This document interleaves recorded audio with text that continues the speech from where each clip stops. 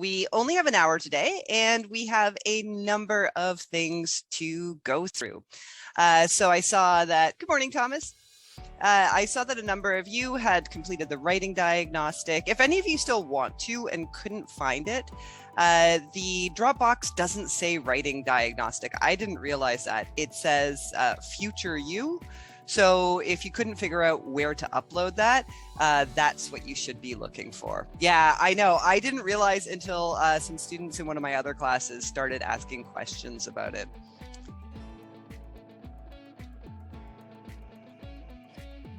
All right, well, before I get started, now that you've had your first week, you've had a chance to do some of the work on eConestoga, do you guys have any questions? I know it's weird to be put on the spot at 9 o'clock in the morning, but some of us have been up since the break of dawn.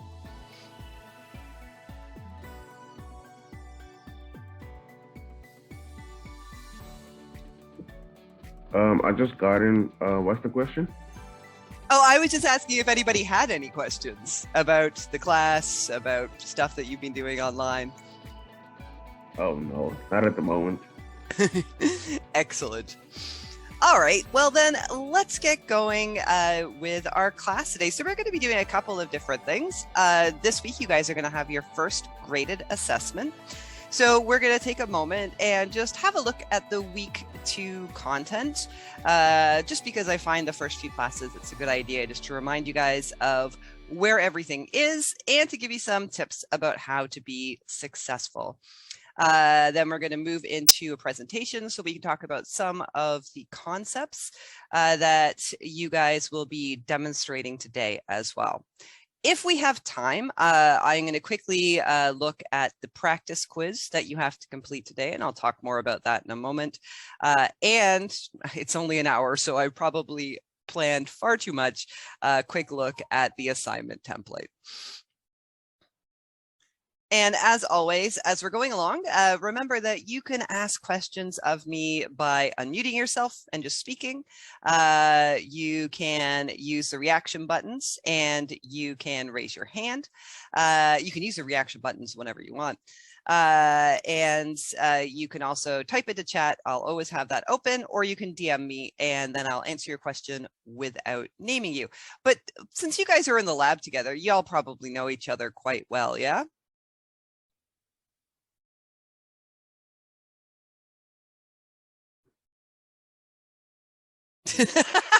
Oh, Space Invader, I forgot there's new reactions. That's so cool. I love that. Now, from your perspective, can you just see Conestoga as like the only thing that you could see, or can you see more than that? Because it was looking weird on my end.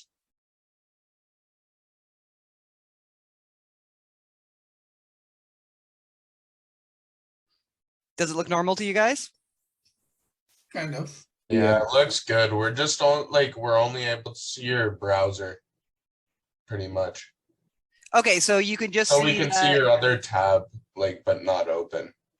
Yeah, I don't mind about that. I just want to make sure that you guys can actually see eConestoga. Yeah. Yeah, that's taking the full screen. All right.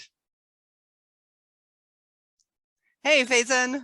Oh, I'm sorry you had trouble getting into class. I've got a new computer, so I'm having tons of difficulty trying to figure out what I'm doing here. You wouldn't think that I'm a gamer or in any way capable at this. So thank you guys for being my experiment. So just as a reminder, on the landing page in eConestoga, this is where I post all of my a preview of the week. And at the end of the week, I will post a review. In the review, what you're going to see is just like last week. So if you guys noticed last week, I try to just cover the basic things that we talked about, if there's any links, and I try to provide, if there's a concept that we're talking about, any kind of greater examples and things like that for you. So just as a reminder, in the week 1 review, if you didn't have a look at it, of course, there's a Zoom recording. I'll always be posting them here in the announcements as well. For this, I mostly just posted a bunch of the free stuff that you guys have access to as Conestoga College students. By the way, remember that for the awards, bursaries, and scholarships, I was just doing some poking around. That opens up for application on January 24th. There's actually quite a number. Over the past 2 years, we've got a lot more for the trades.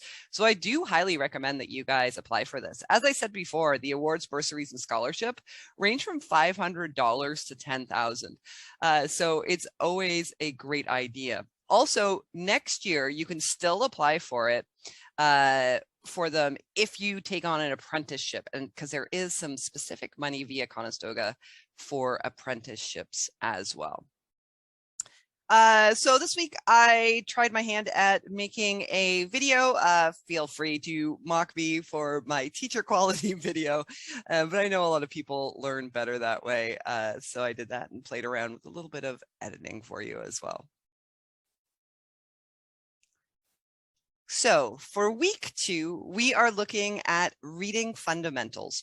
By reading fundamentals, what we mean is reviewing the way in which we approach texts. And when I say text, I mean anything that's created as an act of communication to be shared with other people. So traditionally, we think of a text as a book, or an article or a manuscript of some kind. But keep in mind that a text could also be a video. It could be a video game. A text could refer to a piece of art or a piece of music. A piece of any of those things can be considered text. So when I say the word text, all I mean is that somebody has created using whatever media, an act of communication for us where they want to share ideas or thoughts and so on. So in this week folder, as you'll find with all of the week folders, there are a couple of different things. At the very beginning, there's a brief introduction and a module checklist. In the module checklist, you're going to find a list of the terms and the concepts that you need to know in order to be successful on your assignment this week. There are also 2 short videos. All of the videos are usually under 2 minutes. These both definitely are. And this gives you an overview of the 2 major ideas that we're going to be working on this week. One is how we read and trying to become more effective readers. And number 2 here is talking about one of the key concepts that you guys are going to have to be aware of, and that is audience and purpose. So these are 2 very short little videos to help get you set with those ideas as well. In the read section, these are all just short kind of 1 web page overviews of the concept. So this works basically as your textbook. Now, one of the key things, which I find a lot of students miss if I don't cover it in class, which I won't have the time to, is they tend to ignore the instructions about reading. Now, one of the things that a lot of people don't realize is that we have a tendency to not read effectively. The way most of us read is if you have a textbook or anything else, is we get to the reading and we open it up, we open up the chapter, we open up the web page, and we just start reading at line 1 and continue until we're done. This is literally the most ineffective way to read. So this takes you over a slightly different process. For this different process, what you do is when you have a chapter of a textbook, a web page, an article, whatever it is that you have to read, what you do first is you have a look over the entire document or the chapter or whatever it is that you're going to be reading. So you don't read right off the bat. And what you're doing when you do this is you're taking note, taking about 30 seconds to a minute to take note of any images that are there, headings, subheadings, anything that kind of jumps out as a visual feature. This helps our brain to create a space in which we can attach information, right? Because we have an idea of what's coming before we start reading. Step 2 for effective reading is then to quickly skim through the whole text. Right? So not reading for meaning, I find it best to set a timer and go as fast as you can and just run your eyes over all the content you plan on reading. This preps our brain because our brain starts to notice some of the key words. And as we're noting the key words, we are actually, again, creating a spot in our brain in which to store the information. Our brains are very much like computers in some ways. We have to create a folder so that we can access the information again. You guys have probably had the experience of watching something or reading something and then immediately afterwards forgetting everything that you just heard or read. All right, so this helps to eliminate that part of the process. Now, after you've done your visual check, after you've quickly skimmed all the lines of text, that's when you actually start from the beginning and read through.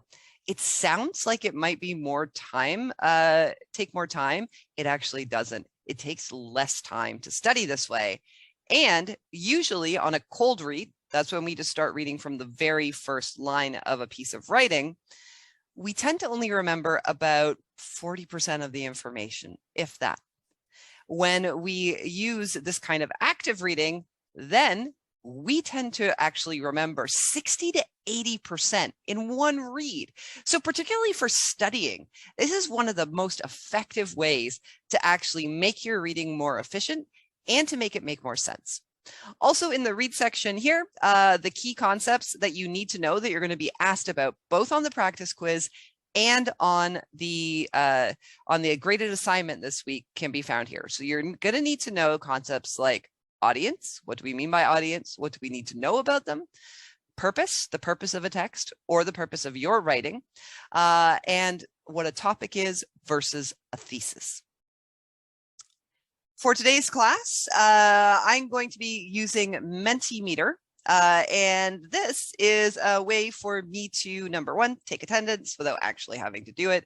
And number two, so that we can actually participate in class. So when I move to the Menti presentation, there is a link here for you to follow, and you can click on that. You can also, have any of you guys used Menti before in any of your classes? Mentimeter? No. One voiced no and a bunch in the chat.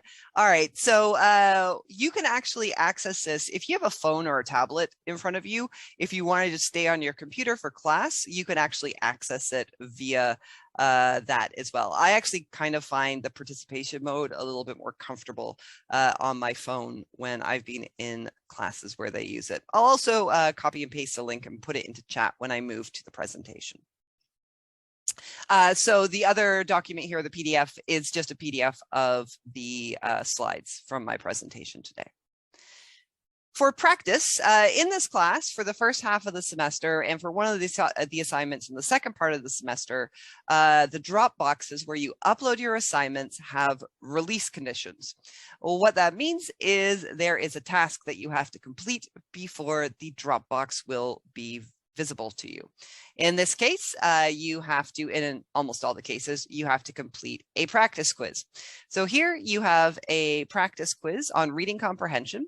It covers pretty much the exact same questions as the assignment does, except it's on a different article. So for the practice quiz, you're going to be reading the article My Meatballs Myself by Tessa Vikander, and then you are going to be answering the questions on the practice quiz. There are 7 questions on the practice quiz. And for the practice quizzes, you can take them as many times as you want. There is no time limit. You just have to make sure you score above 50% on the quiz before you're going to upload your assignment. To be quite frank, I would make sure that on the practice quiz, do it again until you get a really good mark. The mark doesn't count to anything, so that's not the reason why. But I have found over the years, there is a direct correlation between my students who get an A on the practice quiz and an A on their assignment. So if you feel like you're comfortable, once you feel like you're comfortable with the concepts in the practice quiz, this is a good indication that now this is a good time to actually write your assignment. In the apply section is where you'll always find the all the components, all the resources that you need to complete your graded assignment.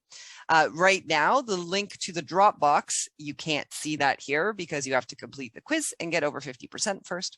But what you can see here is there is a template. On the template, you're going to find all of the questions that you have to answer for your assignment. This is a template you're going to be using to write your answers on and to upload to the Portfolio Task 1 Dropbox as well. And this is going to be based on a short reading called The Power of Indigenous Language Learning by Leanne Leddy. And this has to do with Indigenous Canadians and learning their language and the benefits that it can have for them on a number of different levels. All of the readings in this class, by the way, are short. They are all, I believe they're all under 800 words. So it's basically, each of them is, about a 5-minute read. So they're short for that as well. So those are the basics of what we have available in eConestoga. Now I am going, Anwar, did you have a question? Yeah, I'm still a little confused. Where do we submit it after the year? Like on the regular assignment Dropbox or where?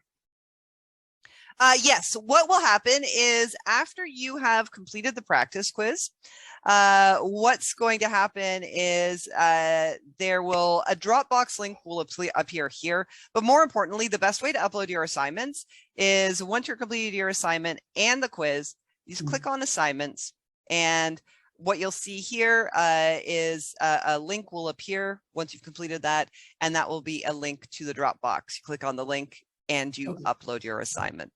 Does that help? Hopefully. we have to see. All right, well, go ahead. Because on the other courses, usually the Dropbox is already there, so probably will go as it goes. To see, hopefully. Yeah, no, I realize that. For the first assignment, your assignment's due on Sunday. So what I tend to do for the first couple of assignments on Sundays is I hang out, I play video games, and just do that. I was thinking about maybe this semester, I'll just stream a video game, and if you guys have issues, you can just jump into the screen and ask me a question, because that's what I'm going to be doing anyway. So I might as well be available. But yeah, I'll also... Yeah, that would be great. Like if you get stuck, then I know like we can reach you on Sunday. That would be great. Yeah, absolutely. I don't have Twitch. I was the video that I made for you guys, I just made a YouTube channel for it. I was thinking about there, but if Twitch is easier, I can definitely do that. Again, it's just a way for me to actually relax and monitor and be available for you guys simultaneously. And I'm sure I won't be playing anything particularly exciting. Right now, I've got Disco Elysium is what I've been playing. So oops. Give me one moment here as I fiddle around with everything, and I'm going to start my presentation. So what you guys can do right now is you can either go into eConestoga and click on the link for Menti, or you can just click on the link that I've just posted in chat so that you can participate in today's lesson. As I said, once I go in there, there is actually a code. So if you would like to participate on your phone or your tablet, if you have one of those close by, you could just go to menti.com. So the first part of the link that I posted in chat. And once I go into the presentation, there's going to be a special code that you can use as well. So I'm just going to share my screen again. All right, guys, so I will just give you a moment to get into Menti. You can see there at the top of my screen. You can, if you're on your phone, just go to menti.com and then use the code 4653-5186. And that will link you right up in there. I've put, those little things on the bottom so you can show me that you're in there. There's a cat on their choices for interactive things. I threw the cat on. I just thought it was funny personally. So we can cat every single page if we want to. As I said, the nice thing about this is I get to see everyone who's logged in. I love it. I've never, okay, that's hilarious. Spamming the cat is really funny. All right, so I'll make sure I put the cat in every single presentation that we do in this class. Now, if you're done with your cat on this page, we're going to move to the next one where you are welcome to click the cat again. All right, as I said, this week, we are talking about what we do before we actually do some writing and what professional authors are thinking about as well. And the one thing that we often forget is thinking about our audience, right? who are we writing to? And what do we want them to do with this information? Again, this is a skill that many of us have actually in our real life, right? Like if you're sending a text or a DM or you're on a video chat, you're calling someone, you're face to face, when you're with them, when you know specifically who your audience is, you tailor your message to them, right? Like if you went out on a date on Saturday night, you know, there's a good chance you're probably going to tell your parents about it, and you're going to tell your friend. Now, the details that you share with your parent are probably going to be different from the details that you share with your friend. So you tailor your message based on your audience, right? So that's one of the skills that you're going to be asked to think about in your assignment this way. So right off the bat, let's take a look at this picture. So this is an advertisement for Bose. You guys know who Bose is, right? The company Bose. Yep. Yep. All right. So this is a very famous ad for their Quiet Comfort acoustic noise canceling headphones. And we can see here that we have a person dressed as a mime, as are the children. But of course, this is meant kind of ironically because everyone's obviously making noise. So, you know, we think that there's a parent here. And there is a noisy situation, which the headphones, I'm sure they're advertising here, that they would cancel out all this noise in the background. Now, take a moment and have a look at it. And who do you think Bose is targeting with this particular advertisement? So what you could do right now, if you're in menti.com, absolutely, Connor. And you could type that into Menti and it will show up on our screen here. So take a minute and write down who you think the intended audience is in Menti and hit submit.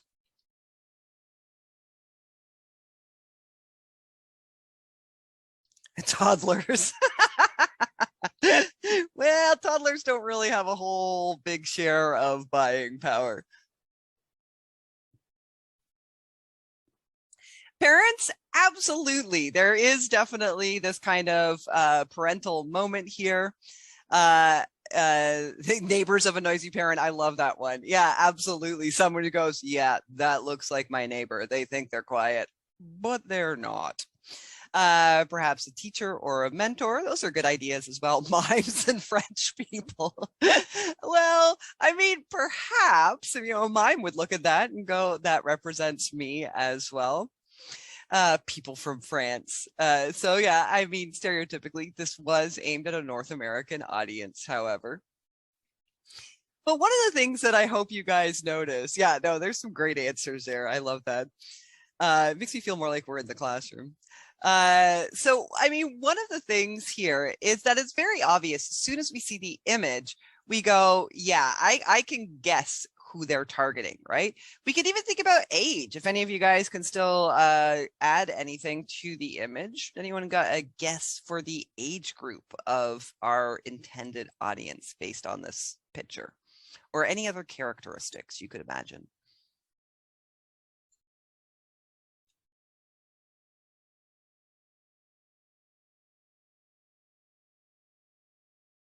All right. Since this is, there's obviously someone who's a parent there, I bet we would imagine it's probably somebody who is, I would imagine this is targeted at older millennials, younger Gen X, right? Who are likely to recognize this situation. So I'm sure we could get our age range would probably be around, you know, the 27 to, you know, maybe 40 range for this picture as well. And the room is really nice as well, right? I mean, it's all white on purpose, but we would also imagine, I think, based on this, that it's probably somebody who would recognize, like you guys did, the kind of stereotype of the mime and France. So it's probably someone who's fairly well educated. So when we look at a text like this image, or like the articles you guys are going to be reading, we can imagine who it's intended for.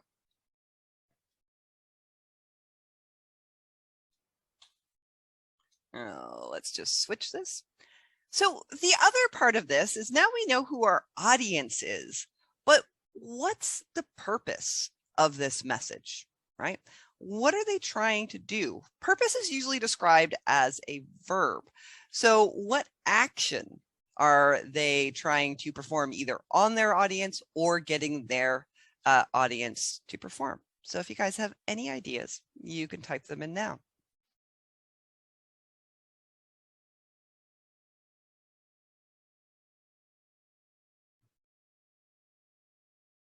This one's a little more tricky.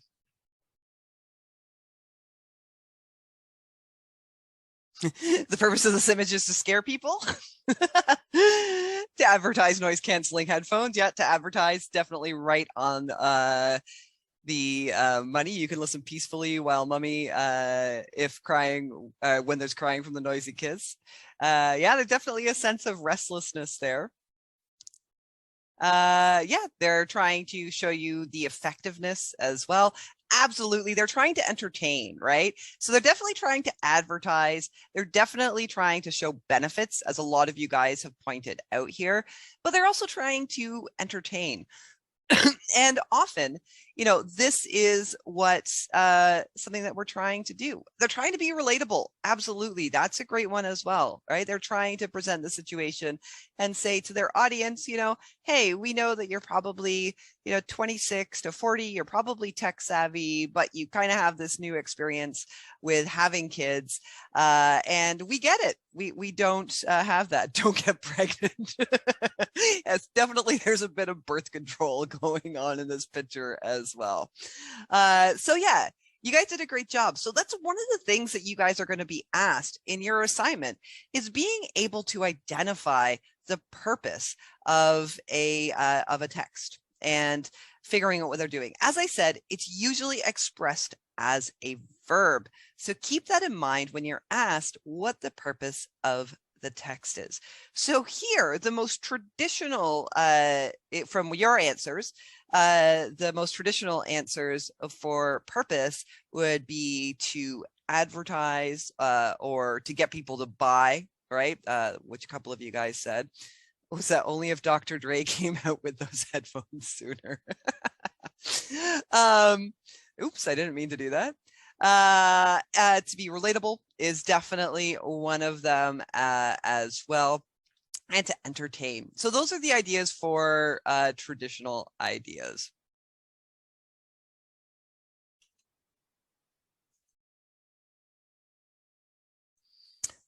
All right, so for this week, remember that every week, all of our assessments are tied directly to our outcomes and to our assignments.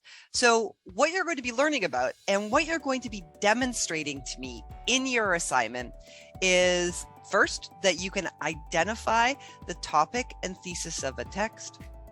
Next, that you can identify the audience and the purpose of the text. And finally, love seeing the cat being spammed.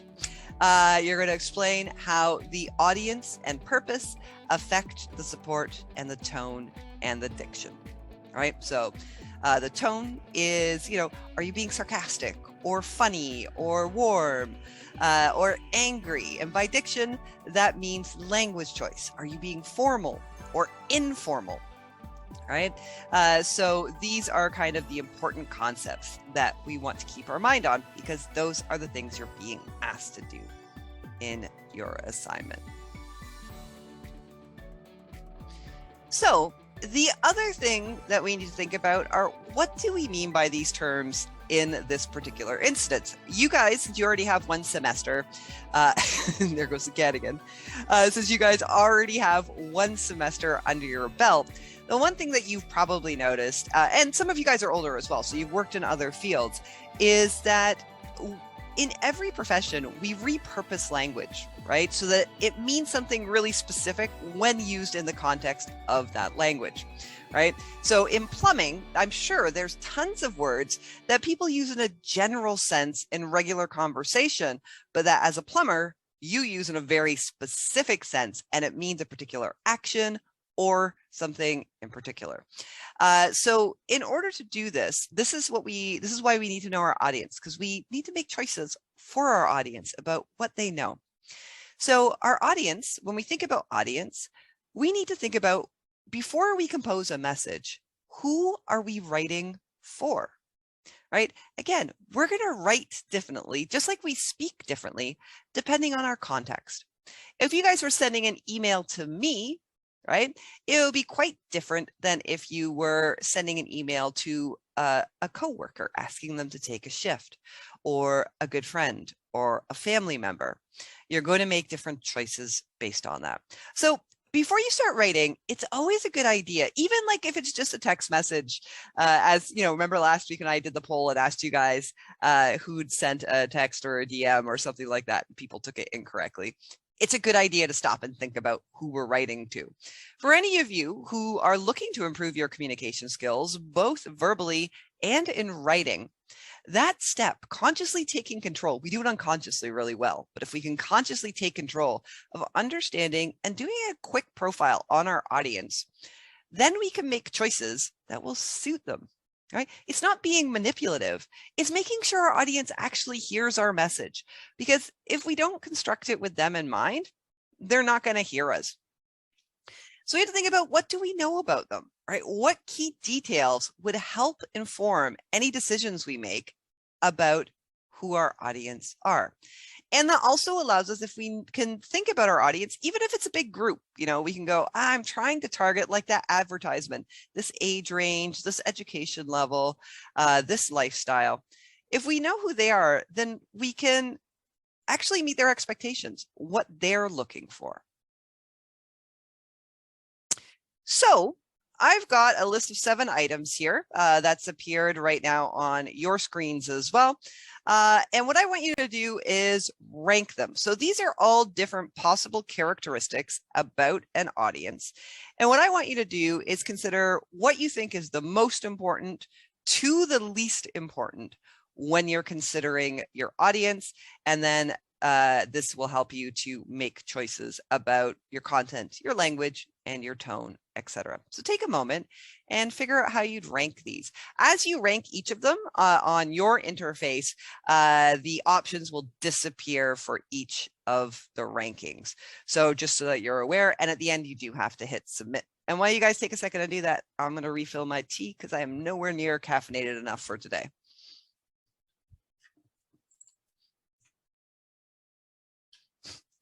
By the way, you can probably tell my apartment is ridiculously tiny because my kitchen is 2 steps away from where I'm presenting.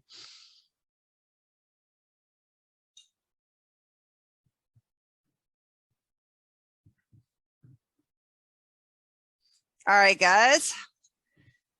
So we've got one person in with age as first.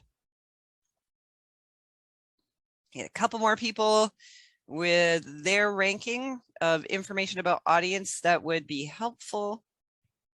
So wait till we get a couple more here. Oh, come on. You don't think your favorite superhero or villain is really important? I just got a DM. Yes, my parents are from Liverpool. I go every summer, except for the pandemic, to England, and I drink a heck of a lot of tea and use, unfortunately, a lot of British words. And I don't mean to, it just happens. Rubbish. Ugh, I'm quite chuffed at your use of the word rubbish.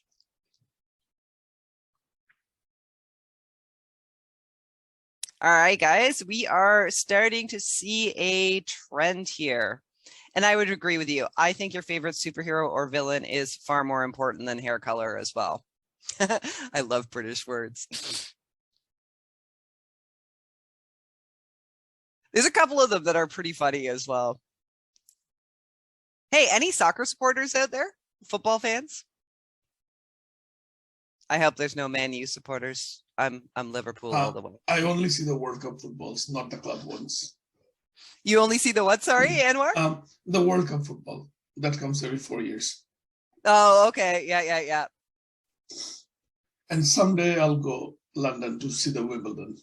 Oh, it's awesome. I've been, and it's so freaking worth it, Anwar. Oh yeah, I think if I can go back in time, I would watch the final between Nadal and Roger Federer in 2008. Yes, yes, that was almost amazing. 3.5 hour marathon final or something like that. So yeah. Yes.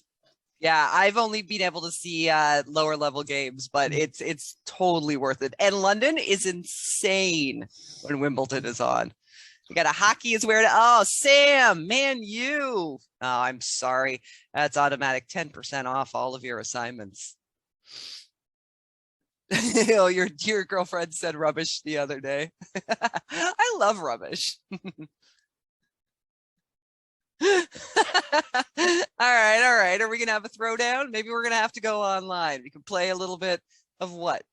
Face to face. Call of Duty? I suck. You'll just beat me.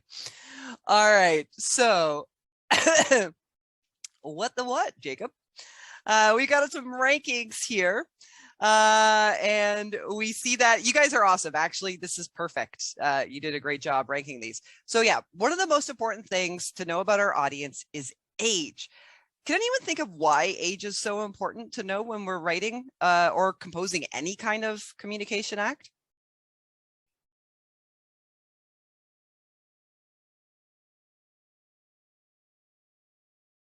Any ideas about why age is important? Because you ranked it high.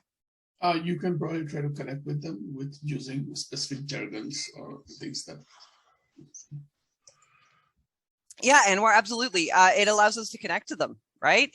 If we know someone's age, Mario Kart. I actually don't have a driver's license. I know that sounds crazy. I live right downtown Hamilton. I've lived here for forever. We have good public transport here, but I'm really weirdly good at driving games. But yeah, no, age is super important because it allows us to know what the person's experience is. It allows us to know what kind of examples are going to speak to them as well. So I mean, if I was, giving a presentation and I knew that my audience was going to be mostly made up of boomers, like my parents are boomers, then I would want to make sure that my references would meet their expectations. Like, for example, if I was talking about leadership, I would want to use examples of leaders that were popular for them, for their generation. So I might want to talk about Martin Luther King or JFK or, other of their ilk from that time. And if I was presenting to 12-year-olds, right, and I was talking about leadership, then I might want to talk about some popular YouTubers who do good in the world or something like that. So age is super important to think about before we start any kind of communication act. It helps us to pick examples that our audience will actually consider and know about. Second, you guys are absolutely correct. Our knowledge of the topic and education level, they can go head and head. So when we're thinking about our audience, if we have an idea of how knowledgeable they are, then we know what kind of word choices to make. If they're not really knowledgeable about the topic, right? Like I'm sure for you guys, now that you're in plumbing, there's tons of people, I'm sure your friends and family are looking for free advice or free work because, I get people asking me for free editing all the time. It kind of sucks when we have skills that are necessary to everybody because everybody wants to access them, right? But, if you're talking to, a family member who's asked you for some help with plumbing, you're probably going to have to use really basic vocabulary. But if you then, after your family member asks for help, you're like, I'm not certain what I should do. If you brought it to lab class for plumbing and said, hey guys, here's the situation on my uncle's house. What should I do? You would use totally different language, right? You'd use the jargon of the field. And the education level is important as well. Education level allows us to make choices about the size of the vocabulary that we should be using, right? Because we want our message to reach it. Just because someone's education level isn't high doesn't mean that they're dumb, but it could mean that they haven't been exposed to the sheer number of words that most of us who go through post-secondary education would be. So we have to respect that, and we have to take that into consideration as we're doing that. Culture and religion can be very important as well. It can be very difficult to communicate effectively with someone if we're not aware of our cultural differences with them. This means things like specific terms and sayings, right? They might not be understandable. If any of you guys are international students, I'm sure that you had to do a quick crash course in Canadian words. And I'm sure you guys could type into chat any Canadianisms that somebody from another country might not know. Or like, for example, context, right? Think about the way Canadians use sorry. We don't use sorry to say, I am apologizing for this act that I've done.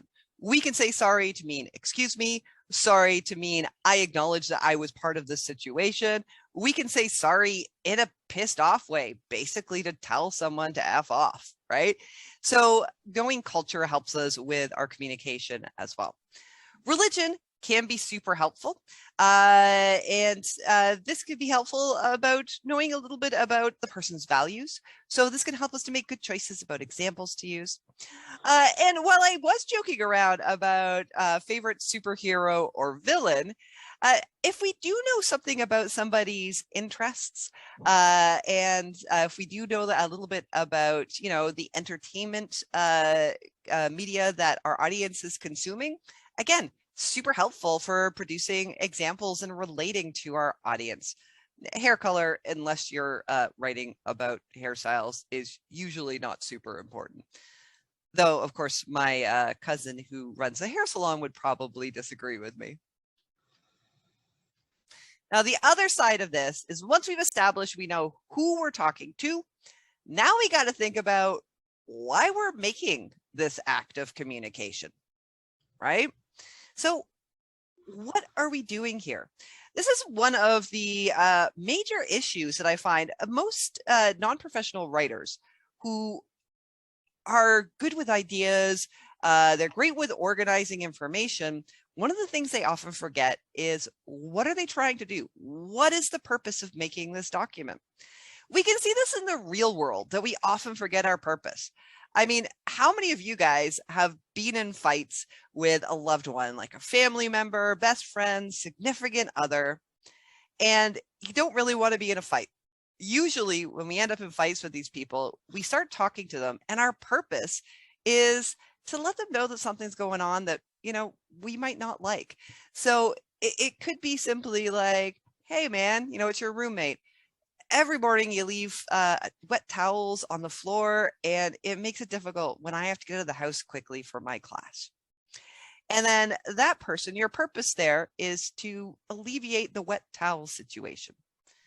However, the next thing that your roommate says is, well, you leave pots on the stove for 24 hours, and I totally hate it. And then you start defending that and you go, oh yeah, well, man, but I had all this homework last night and I couldn't get to it. Hey, I've had that from both my husband and my roommate. When you live with someone, it's totally the same kind of thing. And at that point, you've forgotten the purpose. Now, arguments happen because if the person who first said, hey, I want to talk about the towels, went, you know what, we can definitely discuss the way I do dishes. I think that's important too. But right now we need to solve for the towel situation. What happens is we get off topic. Hey, Nick.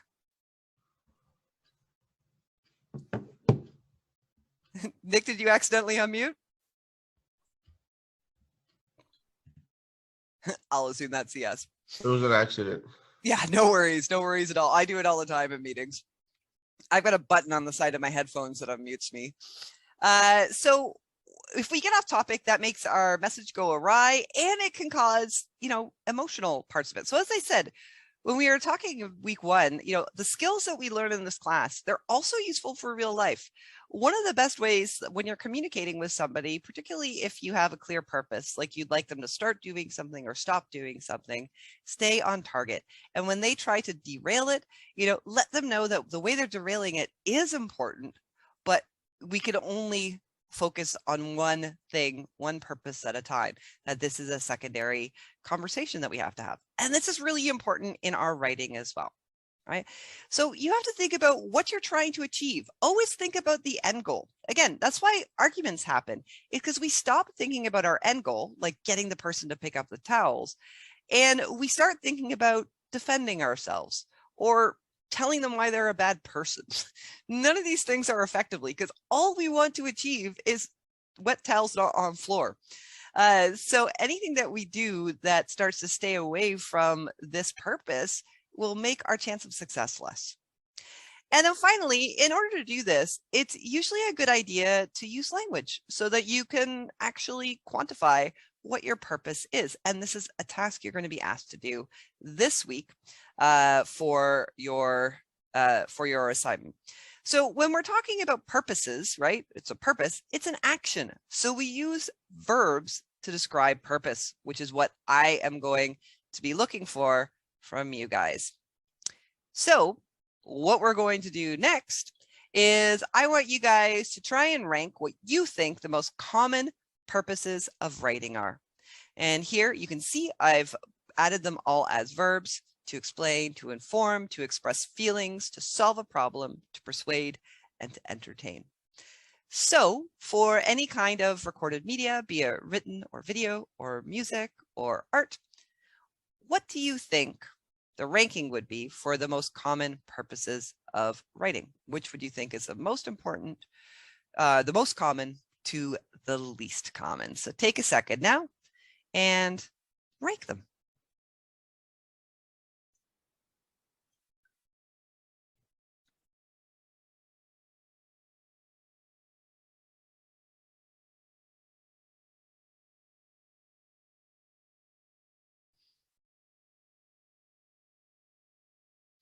So when you guys, as you're ranking these, I'm just going to continue talking a bit.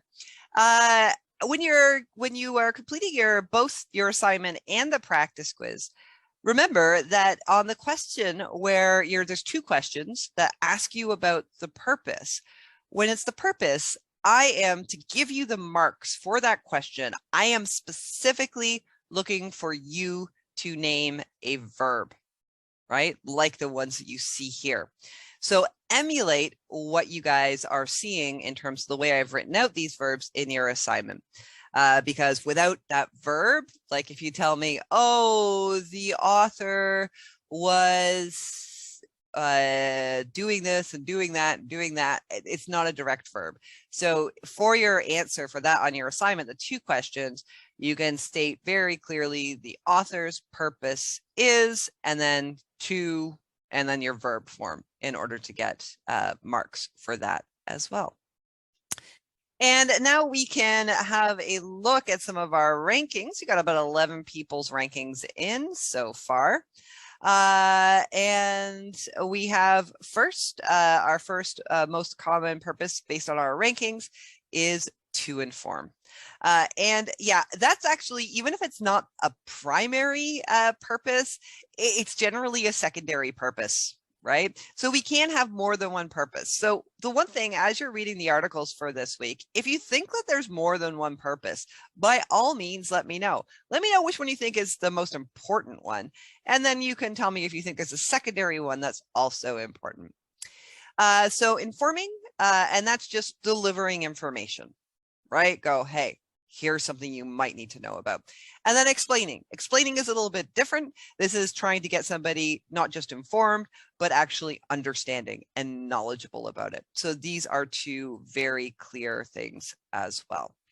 To entertain is actually, you guys have it at 6 right now.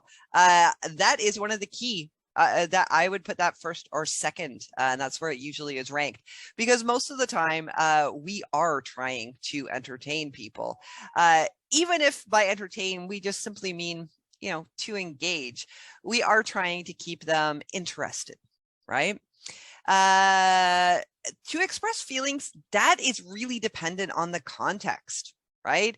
So if I am, recording a video like I did yesterday for you guys about a topic, I don't really want to express my feelings about it when I'm trying to inform or explain, because my feelings and my emotions could get in the way of your ability to process it. If I was like super excited about audience purpose and started to cry when I thought about topic, it would be totally, it would get away from my purpose of informing, right?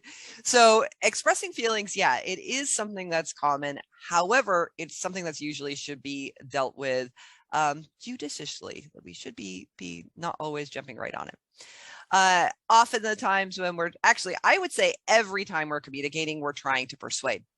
It's just whether we're doing it consciously or unconsciously. Even when we're in just a conversation with a friend, there is an unconscious purpose of persuading them to continue liking us or to take us seriously. So that ends up being a little element of every act of communication.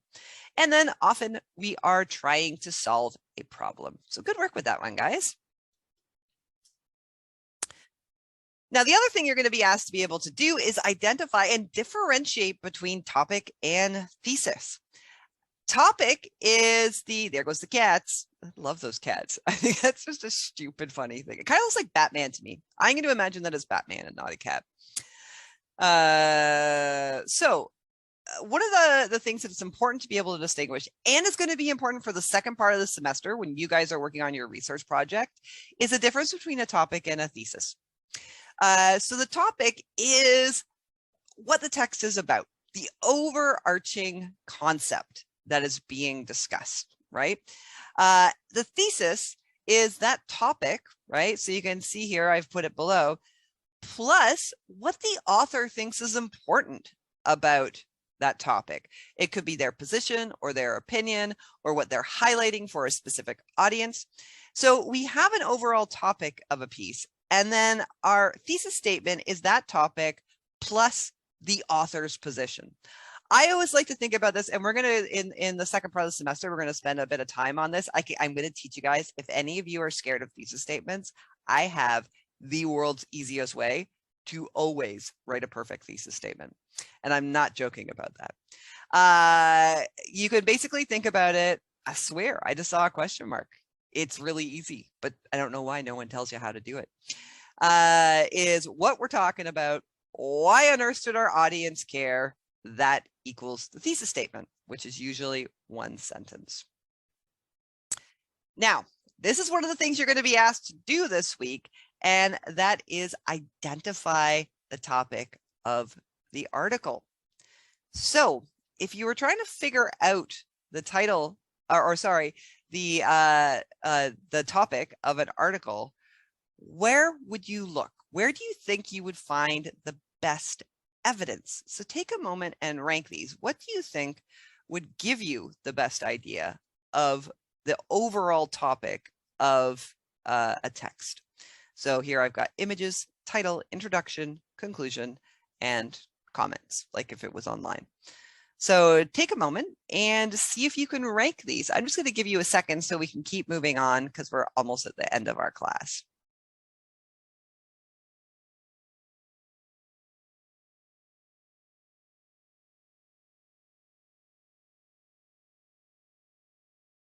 I kind of let it slip by saying title as a Freudian slip there, didn't I? It's going to wait a minute or two more. Well, not even a minute, about 30 seconds more, and then we'll have a look at what these are.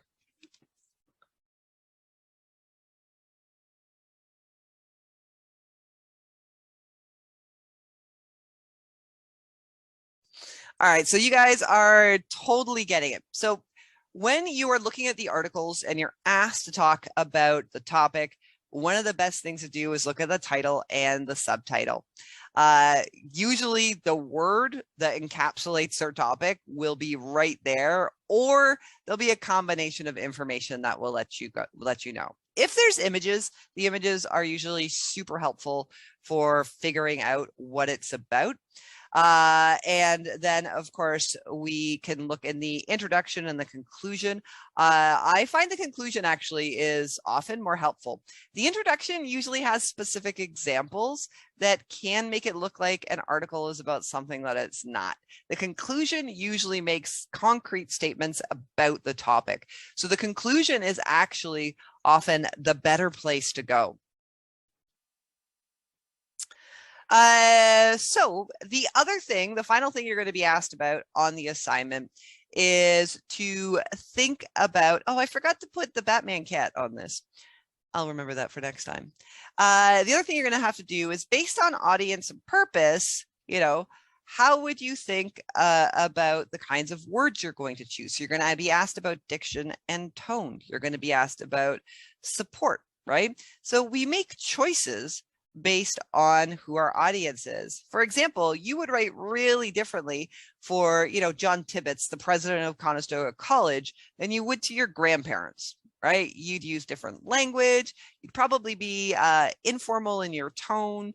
You'd probably use, if it was your grandparents, you'd probably use you because you're speaking directly to them. Whereas if it was John Tibbetts, you'd probably use a lot of factual support or evidence if you're trying to convince them of something, very formal language, and you'd want to appear professional, right? So audience and purpose has a lot of effect on what it is that we're doing. So this week, there are a couple of things you're going to do. So as I said, first thing that you are going to be doing, I would recommend doing that today. If you got a moment after class, quickly do the practice quiz. You could take it as many times as you want. But personally, I find with the practice quizzes are great because right now you can just quickly do it. And if you fail, if you get like 30%, no worries. You can just go, crap, okay, 30%. I don't really know as much about this as I thought. I'll just do the readings. If you get 100%, then you can go, yeah, I totally got that. That 1 hour presentation from Amanda was all I needed. I'm good to go. So I like to use it just to know each week if I have how much work I have to do. So use it that way. I mean, if you get 100%, then just do your assignment and you're good to go. If you don't, then it just goes, hey, I guess I just have to learn it. So use it just as a tool. So for the practice quiz, it's going to ask you questions about the reading My Meatballs, Myself. So you're going to be reading that article and then answering the questions in the practice quiz. There are there's only 7 questions, but they do ask you to do a fair bit of thinking. You have to get 50%, and that will help you. So we're not going to, unfortunately, be doing this poll today, but if you can guess one of, well, more than one of these, is the actual thesis or topic, and I'm asking you which one is not the topic, and the person who answered, yeah, you're correct, it's not Sweden. Cultural history, kind of important. The power of food's kind of important in the article too. I was going to talk a little bit about the article here, but just as a guess, the fact that you guys right off the bat just went Sweden, that's not a topic, unless you're writing a travel magazine. Not bad. Anyway, I'm going to keep moving. I would love to see your responses. I tried different kinds of graphs here. And then I also, just to help you as well, ask you which of the following is not a potential thesis of My Meatball. Now remember, thesis is topic plus the author's position, and I think you guys of the 3 there have a good idea of which one is not the thesis. So for those of you who are entering, IKEA is a great place to go for dinner. That's not an effective thesis statement. So again, all of these and what the questions were are found in the PDF. So if you are not taking notes right now, you can listen back to this recording because I'll post it, or you can do that. So yeah, IKEA is a great place to go for dinner, not an effective thesis. And finally, one of the things you're going to have to be able to identify is which of the following is likely not the purpose of Vikender's column. So here, note as well that we have to express, to present, and to prove. So that is the way you're going to be looking at. By the way, the image on the screen, that is actually the picture from the article online, which I don't think you guys can see from the library version that you have. So yeah, obviously, which of the following is not the likely purpose is to prove that Sweden is the best country. And if you read it, you'll see that that is very true as well. So this week, what you're going to be doing is completing your practice quiz and scoring over 50%. For that, you have to read My Meatballs Myself, and you are going to, yay, I like it when the cat's blue because that's what makes me think of Batman. For the practice quiz, you're going to be reading My Meatballs Myself and answering the questions there. Make sure as well you do watch and read the information in eConestoga in the number 1 watch and the number 2 read section. That gives you all the information you need to do well on your assignment as well. You're going to download and complete the Portfolio Task 1 Reading Comprehension template. It's right there in week 2, part 5, apply. Once you've got 50% on your practice quiz, that Dropbox will then be open for you. And now you can upload it to the Portfolio Task 1 Reading Comprehension Dropbox as well. Anyway, guys, you are totally free to go at this point. Thank you all for coming to class. If you want to hang around, ask questions, or have a chat, I am here. This is where I live in my computer pod. But otherwise, good luck this week. If you have questions or concerns about your assignments, definitely send them on. I'm happy to answer. If you prefer having things explained to you in person, I am more than happy to throw you a Zoom link and we can quickly chat as well. Hopefully I'll be dealing with this mess in the background, and I will be recording an assignment overview with more detailed assignments as a video if you guys think that will help you out. And thank you for all of the goodbyes. Bye, Connor, Sam, Samuel, Max, Thomas, Curtis, Dale, Jacob, anybody else who I forgot. Thank you all for coming out and participating today. I really appreciate it.